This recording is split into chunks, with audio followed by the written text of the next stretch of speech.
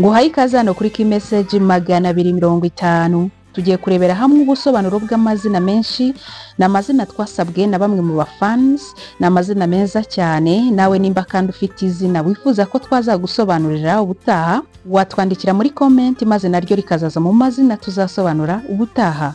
Tudatinze reka turebere hamwe amwe mu mazina twasabwe na bamwe mu bafans bacu. Izina rya mbere ni izina Digne. Izina Digne rikomoka ku Kilatini ndetse n'Igifaransa, rikaba risobanura ukwiye agaciro.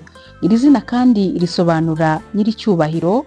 Mu Gifaransa cya kera ryasobanuraga umuzabibu, ryari izina kandi ryahabwaga uwabaga hafi y'umuzabibu cyangwa se nyir'umuzabibu. Izina rya kabiri twasabwe ni izina Pacifique. Pacifique rikomoka muri Amerika, rikaba risobanura ituze ndetse yewe rigasobanura uw'amahoro. Ryitwa abana b'abakobwa cyangwa se abana b'abahungu. Izina rya gatatu ni izina Derin. Izina Derin rero rikomoka kuri Der. Iri zina risobanura impano, rikaba rikoreshwa kenshi nk'izina ry'ibitsina byombi, umukobwa cyangwa se umuhungu. Izina rya kane ni izina Derin. Iri zina Derin ni izina rikomoka muri Irlande, rikaba rihuzwa n'amajambo abiri. Hari izina Duare risobanura igiti, n'izina rya kera Dair risobanura uburumbuke. Izina rya gatanu ni izina Dafini. Iri zina Dafini risobanura intsinzi, ni izina wakwita umwana w'umukobwa. Izina rya gatandatu ni izina Elaste. Elaste rikomoka ku Kigereki. Iri zina risobanura gukunda, rikaba ari izina wakwita umwana wawe w'umuhungu. Izina rya karindwi ni izina Michael. Iri zina rikomoka ku Giheburayo, rikaba risobanura ninde usa n'Imana cyangwa se impano y'Imana.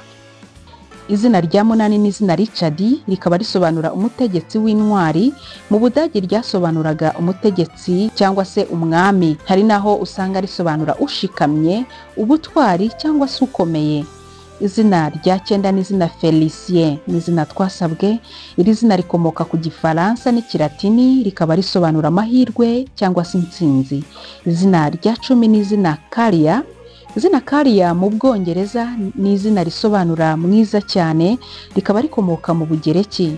Izina rya 11 ni izina Keria, ni izina ryiza cyane, ni izina ry'umwana w'umukobwa, rikaba rifite inkomoko y'Icyongereza, rikaba rikomoka ku izina Keri risobanura umurwanyi cyangwa se intwari.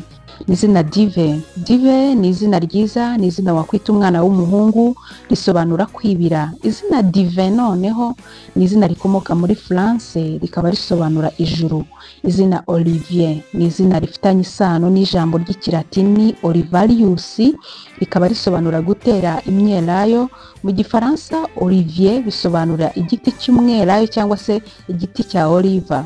Izina Eula ni izina rindi twasabwe, ni izina rikomoka muri Amerika, rikaba risobanura bivuzwe neza cyangwa se kuvuga neza. Iri zina kandi risobanura ubutunzi cyangwa se amabuye y'agaciro yo mu nyanja. Izina rya 17 ni izina Bienvenue, rikomoka muri France, risobanura ikaze cyangwa se murakaza neza. Bienvenue. Izina Joe ni izina rikomoka ku Giheburayo, rikaba risobanura azongera cyangwa se Imana izongera. Joe ni izina ry'umuhungu ukomoka mu Giheburayo. Ni uburyo bugufi bw'izina Yosefu. Izina Etani ni izina ry'umuhungu, ni izina rikomoka mu Giheburayo, rikaba risobanura gukomera cyangwa se kwihangana, yewe rinasobanura gushikama. Izina Cairo ni izina rikomoka muri Amerika, rikaba risobanura ikirere. Naho izina Vestine rikomoka muri Afurika, risobanura ubutwari.